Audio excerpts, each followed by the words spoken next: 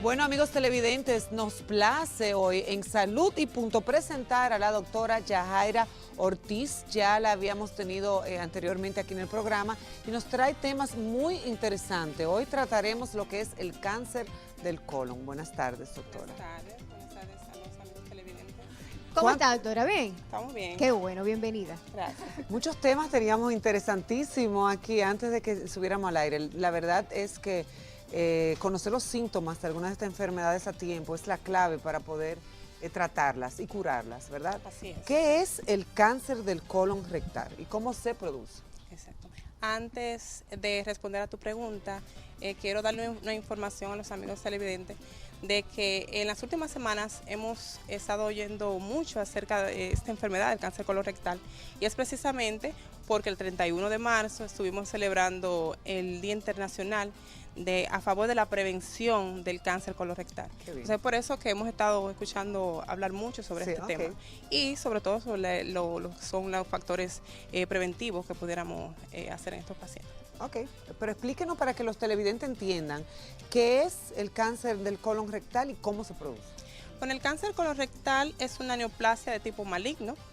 Esta neoplasia puede asentarse tanto a nivel del colon como a nivel del recto. Es la tercera causa de muerte a nivel mundial por cáncer, solo superada en el hombre por el cáncer de pulmón y de próstata, y en la mujer por el cáncer de mama y cáncer de cuello uterino. Sí, estos tumores, hay muchísimas causas de los tumores de cáncer colorectal. Está bien, pero la causa principal, ¿cuál será? Hay ¿Es a través de la causas. alimentación o qué? Se produce, lo más importante es que se produce a partir de una celularidad que se produce a nivel de la mucosa del colon. Esto nosotros los gastroenterólogos lo conocemos como pólipos. Esa es la principal causa, pero puede también producirse a partir de neoplasias. Lo vemos mucho en los pacientes con enfermedades de tipo inmunitaria, como es el caso de la enfermedad inflamatoria intestinal, está la colitis ulcerativa, la enfermedad de Crohn. Estas son causas de tipo autoinmunitarias, pero también existen muchísimas otras causas. Están también las enfermedades genéticas, dentro de las que se encuentran la enfermedad el síndrome de Charcot, está el síndrome de Gardner. Muy amplia esta enfermedad, ¿eh? Muchísimas. Y también el síndrome de Lynch, que son un grupo de patologías o de familias que presentan mutaciones genéticas en genes que están destinados a prevenir a que se forme el cáncer. Ellos lo que hacen es reparar a nivel del ADN celular. Y en en esta población de pacientes hay trastorno en lo que son estos factores protectores contra el cáncer, y entonces vemos que aparece tanto el cáncer colorectal como el cáncer en otros órganos, como el cáncer de mama, el cáncer de vías biliares, de páncreas, de estómago. Que son diferentes, nada que ver. Exacto. La gente confunde pero mucho es lo que es. importante conocer bien nuestros antecedentes familiares para así tener un screening más a tiempo, que ya es un poquito diferente en este grupo de pacientes que en la población en general. Excelente, doctora. ¿Cómo saber si nosotros somos candidatos, más bien si podemos tener esta enfermedad con nosotros? ¿Cómo podemos detectarlo? Bueno, lo más importante, hay un factor específico, pero hay una serie de síntomas que los pacientes deberían de tomar en consideración, aunque la gran mayoría de los pacientes con cáncer de colon no presentan síntomas, y esto es importante saberlo. Pero cuando esto aparece, por lo regular ya han presentado metástasis. ¿Qué es metástasis? Metástasis es cuando las células tumorales han migrado, han viajado a otros órganos distantes, o pueden ser linfáticos o órganos regados, como dicen aquí. Entonces, dentro de los síntomas están los cambios en el patrón evacuatorio, la constipación. También están, muchas veces estos pacientes no presentan ningún síntoma y solamente se determina porque son pacientes que presentan anemia ferropénica, o sea, anemia por falta, doctora, mira, imagen de hierro a repetición. eso es importante. Todo paciente con anemia ferropénica que no encontremos una causa específica, es obligatorio hacerle investigar el cáncer colorectal. Doctora Ortiz, para muchas personas a veces se le hace difícil llegarse a hacer este diagnóstico porque le tienen miedo. ¿Cuál es el diagnóstico correcto para detectar esta enfermedad? Y si es doloroso, porque mucha gente le tiene miedo. Sí. No, lo importante es no esperar a tener los síntomas. Todo paciente por encima de los 45 años debe de acudir a su gastroenterólogo para que se le haga una evaluación por vía de un tacto rectal. Así podemos determinar si hay alguna lesión a nivel de recto y realizarse su colonoscopía. ¿Cómo, ¿En qué consiste eso? Explíquenos. La colonoscopía es un estudio endoscópico donde se introduce un tubo delgado que es flexible, no produce dolor. En la punta, ¿anestesiado? Sí, el paciente debe de estar anestesiado, o sea que no va a percibir dolor.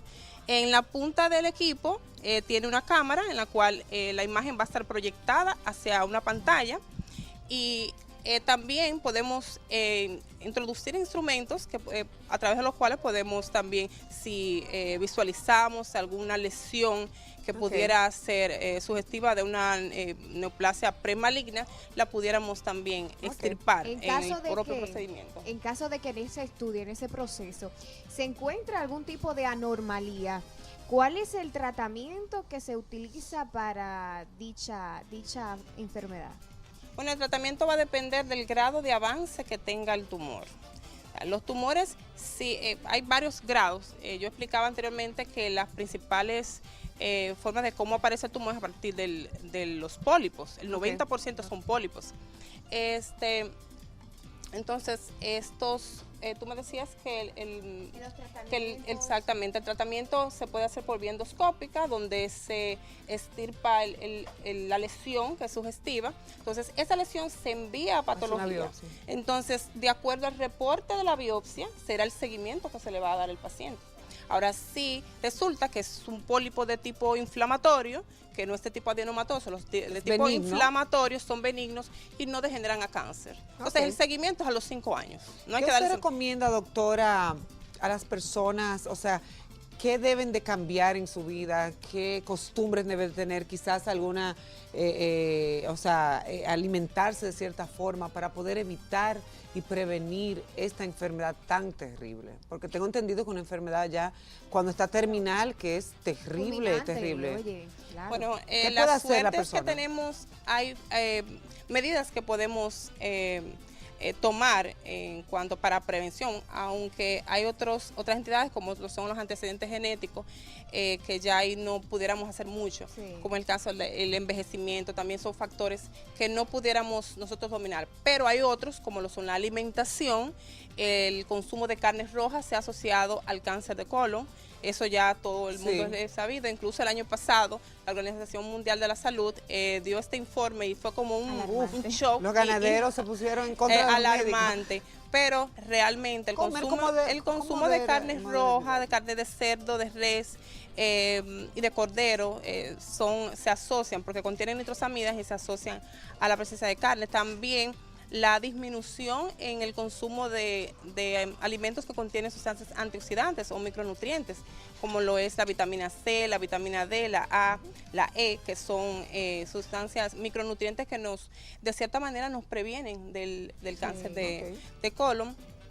También llevar una vida saludable, el sedentarismo está muy asociado a la presencia del cáncer y también la obesidad. O sea, son factores, el uso del tabaquismo y también el alcohol. O sea, son medidas que podemos controlar, porque ya lo de la herencia y eso ya, pero lo más importante para prevenir, doctora Ortiz, es mantener la luz en la alimentación, es decir, saber lo que debemos consumir, en qué proporción debemos consumir, porque decía usted la carne roja, no es que la carne roja haga daño en sí, pero en exceso puede hacer daño, pero moderadamente y con equilibrio sí. Lo recomendable es tener un equilibrio en la alimentación, consumir muchos alimentos, muchos vegetales, frutas, llevar una vida saludable, Ejercicios, el como ejercicio, decía, el sedentarismo dormir. está muy asociado a Y eso. tratar de no estresarse tanto, doctora. Es un poco difícil, pero... Es difícil, sobre todo en los últimos tiempos, donde nos vemos obligados a tener Muy difícil. tantos trabajos y tantas obligaciones en la casa. Claro. Imagínate. Bueno, pues muchas gracias, doctora, por haber Gracias a compartido ustedes. con nosotros. Nosotros hacemos un programa con balance y buena salud. Queremos que la doctora nos explique dónde pueden localizar Ah, sí, a sí, claro. Sí, muy las personas que importante. quieran consultar, ¿verdad? Estamos en INCIDEM, es un centro de nutrición y de enfermedades metabólicas. Se encuentra localizado en la Juan Pablo Duarte, esquina Onésimo Jiménez, en el edificio Vázquez, en el primer nivel, Ok. en el apartamento 1B. Perfecto, muchas Frente gracias. a frente, para que no se pierdan, frente a frente